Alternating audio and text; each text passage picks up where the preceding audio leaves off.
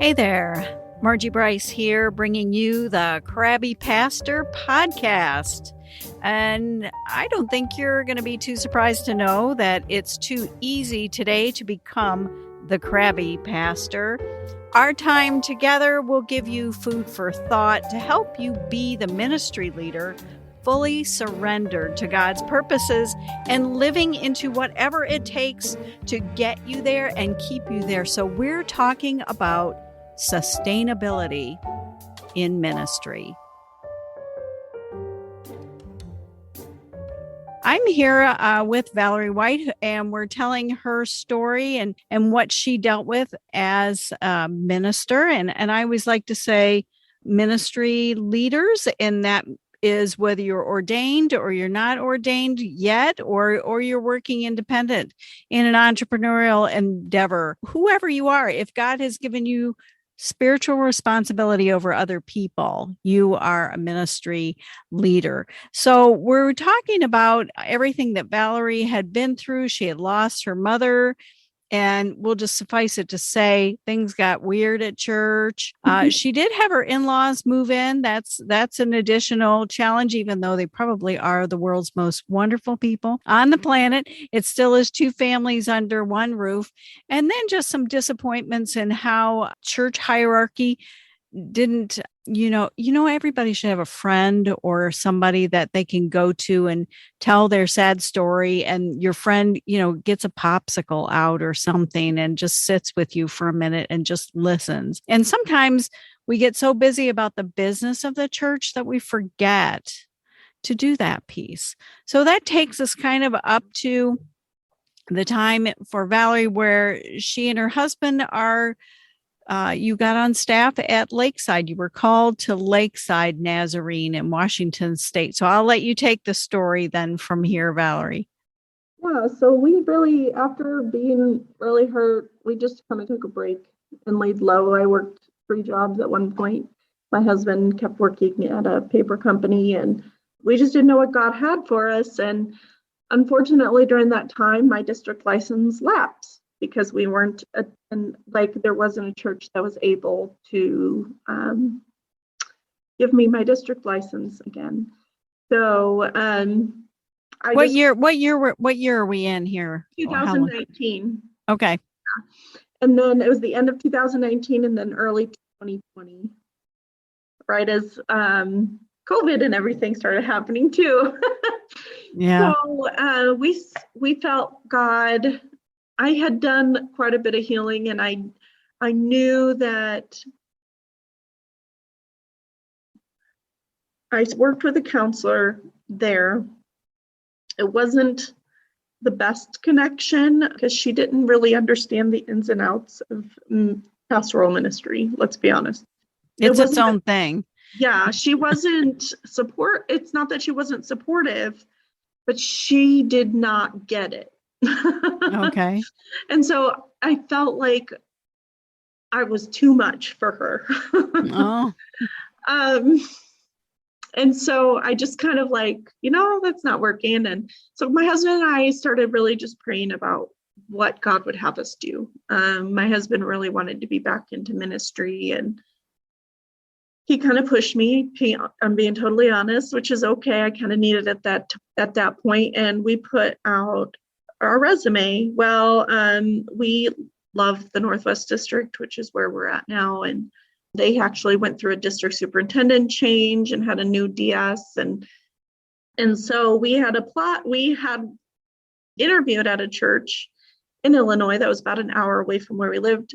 And we just prayed that God would make it clear because both of the interviews for that church and our church now came up at about the same time. And so we interviewed at both churches within like a week, 2 weeks of each other.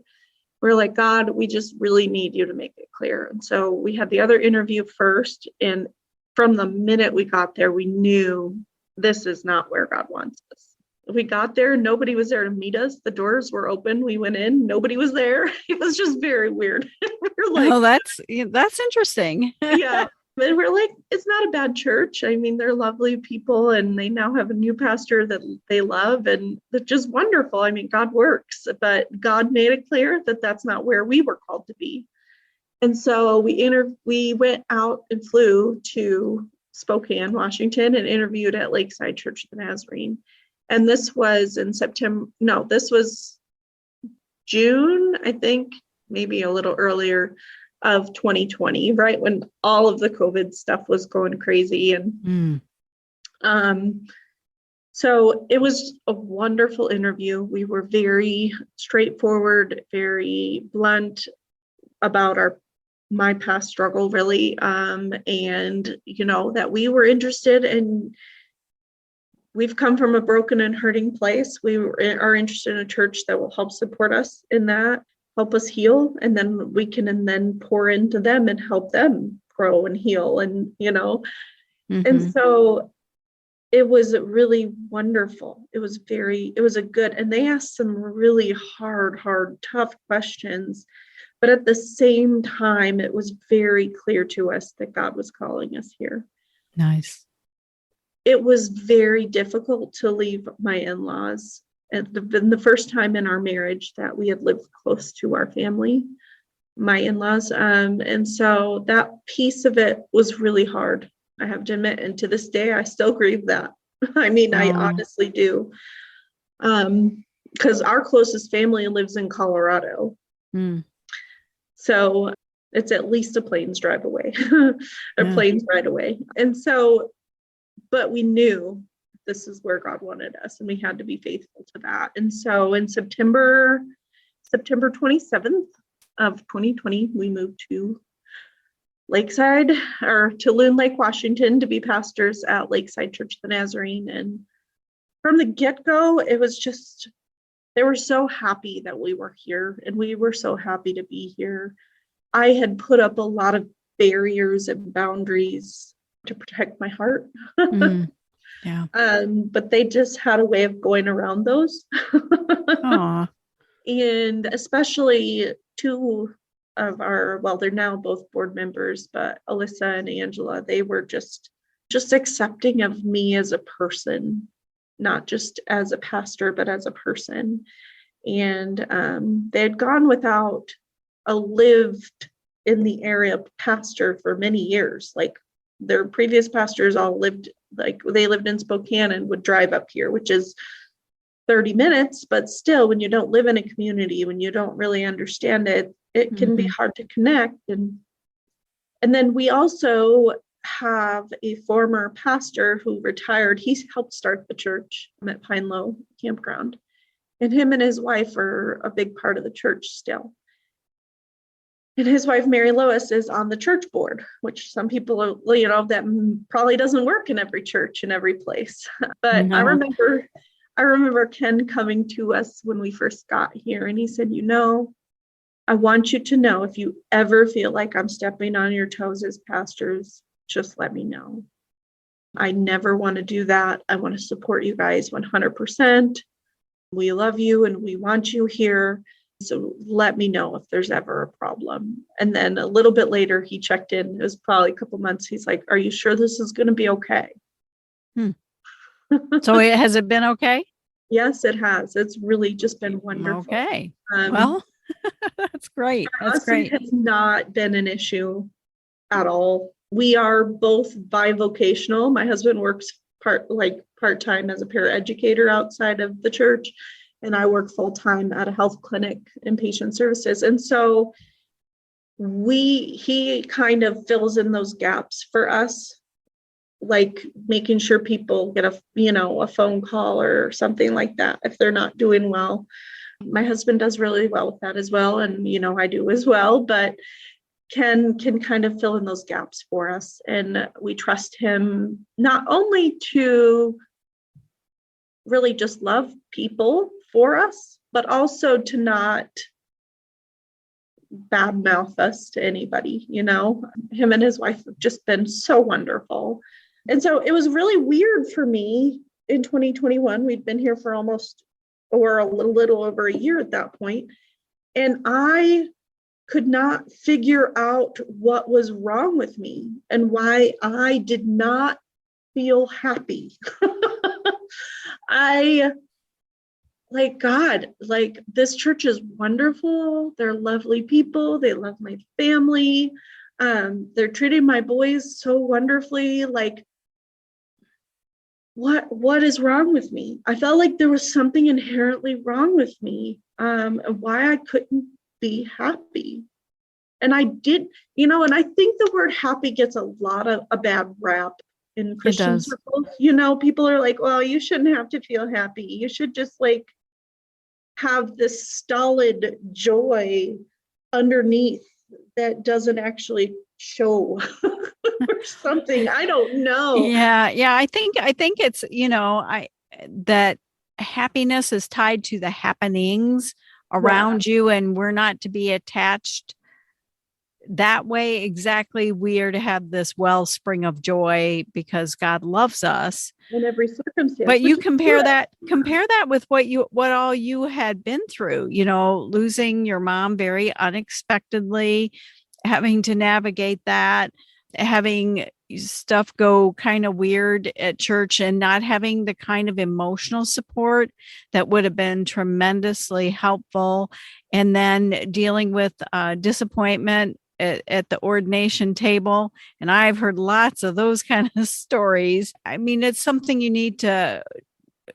still work through. And again, who does that kind of pastoral care for pastors? So now you're in a better place. You have had a couple of women come from the board and be super compassionate to you.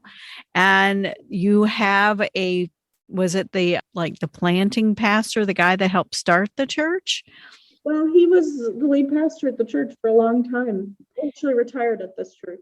And So he's hanging around, but he's hanging around and it's good stuff. yeah. He's And I mean, trustworthy. there's nothing in our world right now that I should be feeling this way, but Right. I still can't really just enjoy my life at this point. And so our district had this grant given to them to support pastors for pastoral care. And at a couple of different district events, he talks a lot about the need for counseling, or, the need for marriage enrichment, the need for those kinds of things. And they were like, if you can't afford counseling, we will pay for it. Just if you need it, just get it done. Now, the district wasn't asking to know any why, any nothing. They're like, we will just flat out pay for it. No questions asked. Wow. And so it kind of made me go, I think this is something I need to do. Mm-hmm. So I really was careful about opening myself up to another counselor, because my last one wasn't that great. But I did a lot of research, and I said, I'm looking for somebody who really understands pastoral ministry and fully supports women in ministry. Yeah, that. I'm not going to put myself in that position. Just not going to do it. And I found Linda Shook. So she is a counselor that I began with last September, and she got it. She was able to follow my crazy story and take all of the pieces and actually help me see clarity in that. And call me. I joke that she is able to call me out when I lie to myself. Oh. You lie to yourself? Not really lie to myself, more the lies that I believe about how I should be, what I should do, and how I should function in the world. More of that, like, I should be ashamed of this, or I should just, and so she'd be like, but why? Why do you do that to yourself? She was able to just call me out in a way that was gentle and loving and caring. And she just was able to do that in a way that didn't hurt, because we were not friends. And I didn't have to be a spiritual leader to her. Oh, that is a tremendous insight, tremendous insight. that you were in a position where you didn't have to minister to her and you could be ministered to in a different kind of way, Absolutely. and then have her lovingly call you out in a way that maybe some friends who don't want to lose the relationship might not, you know? Yeah.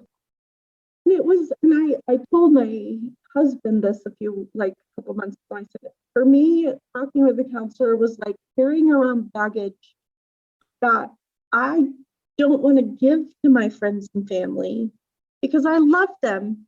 And I know that they have their own things that they're anxious and stressed and worried about. So if I give them that baggage, it just makes it heavier for them, right? Right. I see your logic. If I give that baggage over to my counselor, one, she's trained not to carry it. Two, she's trained to help me unpack it and work through it and throw out what's not useful and keep the good things, right? She is trained to help me do that. And to me, that was what was freeing. I didn't have to worry if it was going to hurt her feelings. I didn't have to worry, okay, and this is something that every pastor needs to listen to. I didn't have to worry about being judged for my theological perspective or framework. That is a big one. Didn't have to worry about that. She accepted me right where I was for who I was, because absolutely nothing I said or did or anything in that, I mean, I could rail at God. I'm not saying that I did any of those, but I didn't have to have that filter on. I didn't have to worry about it.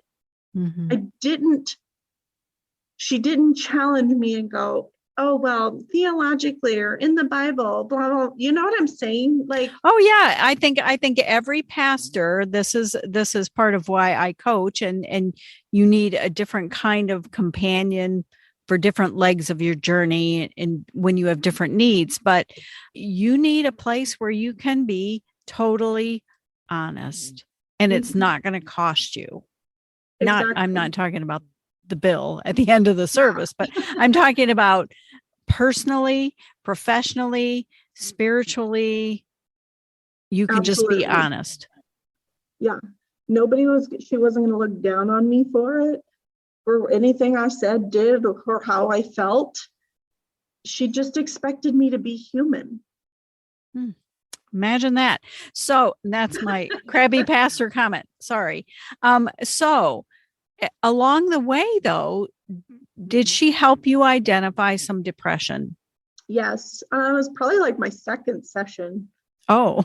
And I'm sitting there going, I just don't remember the last time I really felt happiness. I don't remember I like things, but I just don't feel the same enjoyment of them.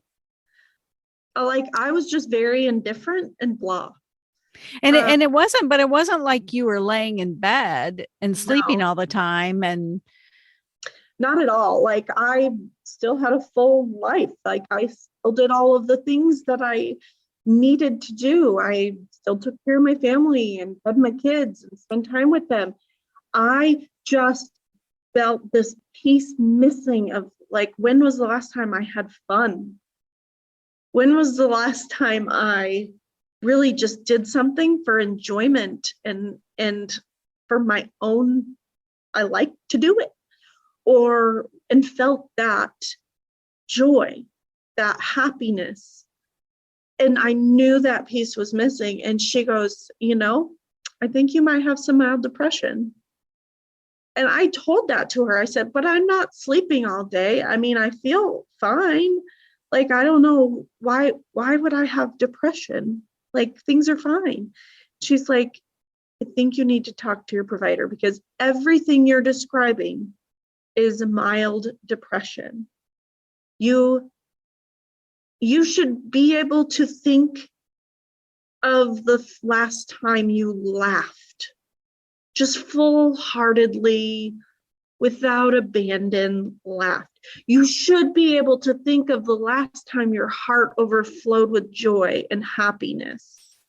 You should be able to do those things. Those are normal human emotions in every setting, in every person, everywhere. And if you're not able to do that, figure out a way. It feels you need to find somebody that can help you get there, because it's not normal to not know that. It's not normal to not remember that. And I had all the reasons in the world to be joyful and be happy. I'm not a person who's ever needed big mansion or the fanciest car or the best clothes. Like, even if I could afford them, I joke that I would probably still shop at Walmart because they're cheap. And yeah. Anyway, so none of that was like, I knew that God would take care of me. It wasn't a situational thing. I just felt this lack of being able to enjoy my life. And I went to my doctor and I said, well, I've been on this one medication before and it really didn't help very much. So she goes, oh, let's try this. I love my provider. She is a nurse practitioner, advanced registered nurse practitioner, and she just listens to me too. Like, that's a big deal. That is a big deal. And she's like, well, let's try this other medication and see. I saw a difference in how that inability to feel joy or happiness within a week or two. And that was on half the dose. I did that for like a month. And she's like, well, I said, I do still have a few days where I just don't feel right. And so she was like, okay, well, let's just up the dose and see how I feel. And I started feeling so much better. And then in that process, I was able to see, okay, I'm miserable. Women, okay, as pastors, we deal with the whole side of pastoral ministry personally that men do not deal with, and that is menstruation. Oh, gee. And I was in pain. I was in deep, deep pain a lot, and miserable a lot from that. And so I was able to speak up for myself and tell my doctor what I wanted and what I needed and say, this has been happening for 10 years. I'm tired of it. I know I'm only 40, but I'm done. And so, yeah. And so I think a piece of that puzzle for me was also having a hysterectomy and not being in pain, not being in that pain just constantly every month. And so between those two things, I think has really just changed. And I finally feel like myself again. I feel like a whole person again with full emotions, with the ability to pour and help other people. And not only help others, but in that, like as a pastor, I feel so many of them are able to tell me their stories and how they've struggled. And that has helped me as well. And so it's this beautiful thing. And our church just continues to be so life-giving and accepting and loving and caring. And I mean, I think they provided meals for 2 weeks for my family after I had surgery, which is just, nice. We're a little church. There's not that many people, but it was such a blessing. And yeah, if pastors don't know what it's really like to be loved by their congregation, feel really sad, because it's been very life-giving. But not only do they love us, but we love them in return. There's been a lot of this absolute, one of our board members, Dave, absolute, there's unequivocal support for me as a female pastor. Dave will flat out say, well, if you don't like having a female pastor at your church, then this isn't the church for you. And he's just, that's amazing. That's amazing. Because that is, I love your story. I'm not saying I love that you were in a dark place, but how you found yourself in a dark place. You got the help that you needed. You started out with a counselor and that fueled you moving forward with your doctor, and some things started because you're in pursuit of how things can be better and feel better. But also what, you know, the menstruation part aside, I mean, female pastors deal with stuff, just pure rejection, just based out of who you are. And I'm like, I can't change this about myself. I'm sorry. And God called me and I responded to that call. And I could sit there and be that yappy piece of clay at God and say, I don't know why you didn't make me a dude, you know? And, you know, that is, you're talking to the creator, the one who decided that it was a good idea for you to be made as a female. So you're just following along, and along the way, there's just a lot of flack that you get for following that call. And that, so to now be in a spot where there's someone that says, hey, yeah, our pastor's female, and if this doesn't set well with you, this just might not be the place for you. So it's got to be such a blessing for you to be in this kind of spot now. I don't have to fight that fight. I mean, not that I ever really fought a fight, but I don't have to defend myself. Yeah. I don't have to defend why, you know, I've been with Nazarene pastors who my pastor fully supports me, but there's multiple people in the church that flat out refuse to sit in service when I'm preaching, or Yeah. and there's a lot of those stories. Like, I'm not the only one. Every female pastor I know has them, but it's just not even a part of our church's makeup to. I've not had a single issue. I mean, I haven't since we've been here.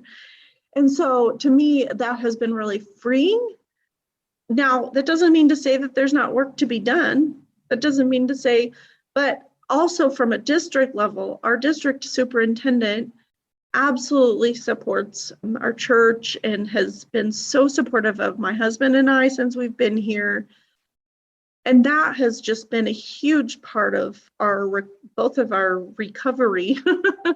It sounds terrible, but it is.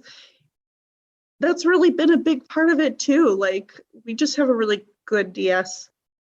So what would you say to any pastor? If you find yourself in a dark place, you should fill in the blank. It's so scary to open up and be vulnerable. But you have to, for your own well-being, you have to find a place inside the church, outside the church, with someone who is going to listen and help you see through the weeds. And there are really wonderful churches out there. There are wonderful people out there. Doesn't mean you're not going to get hurt again. It doesn't mean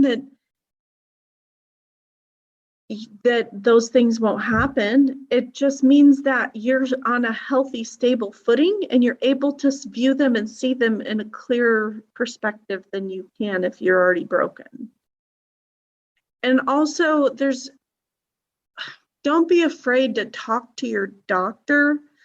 Don't be afraid. And I guess, and I shared this testimony just this morning with my church congregation, and don't be afraid to ask for help. Yeah. You cannot expect behavior or a certain level of spiritual rightness that you would not expect of your own congregation member. I think we expect to put ourselves on a pedestal where, we have to be how do I say that? I'm not saying that there's not, we are held to a higher accountability with integrity and honesty and, definitely give yourself good moral moorings. Live into who you want to be as a Christian person, and that's Jesus, right? We want to be holy. Absolutely do that. But also realize that you're not always going to get it right. And that's okay. Absolutely. And if you are with a church that doesn't allow you to do that and be that, some serious conversations need to be had. I find, and I don't agree with theologically with everything Brene Brown says. Right. But her perspective of what it means to be human and how shame and guilt and fear and all of these things make up who we are so significant. And I suggest every pastor read her books. Everyone needs to read her books because they were very transformative for me as well, on top of going to my counselor and medication. It's like a big puzzle. And not one piece is going to give you the whole picture. You need all of those pieces. And sometimes they change, Don't be afraid to try again. And you have to pursue wholeness for yourself as a person so that you can pour into other people. It's giving God your best, which is what I think many, many pastors have a mindset to do. So I want to thank you so much, Valerie, for taking the time to share with us and being part of this podcast. And gosh, I almost hate to do this part, but I kind of feel like I have to, because I got called out by somebody on this podcast who said, "Oh my goodness, I am on the Crabby Pastor podcast and you never asked me what makes me feel crabby." And so I said, I have to do this now for anybody that I have as a guest, that you can tell us what makes you feel crabby and what do you do about that? As a pastor of a little church, I feel a little crabby when people are like, "Oh, we need to do this. We need to do that. We need to start this," without actually offering, "Hey, can I do this?" That makes me feel a little crabby. Like, what are you doing, friend? Yeah. I'll leave it at that. Okay. Well, thank you again for today and for our time together. I appreciate your vulnerability and your willingness to share. And it's because we care about other ministry leaders as well. So this is an act of caring for others. Hey, thanks for listening. It is my deep desire and passion to champion issues of sustainability in ministry and for your life. So I'm here to help. I stepped back from pastoral ministry, and I feel called to help ministry leaders create and cultivate sustainability in their lives so that they can go the distance with God and whatever plans that God has for you. I would love to help. I would consider it an honor. And in all things, make sure you connect to these sustainability practices, so that you don't become the crabby pastor.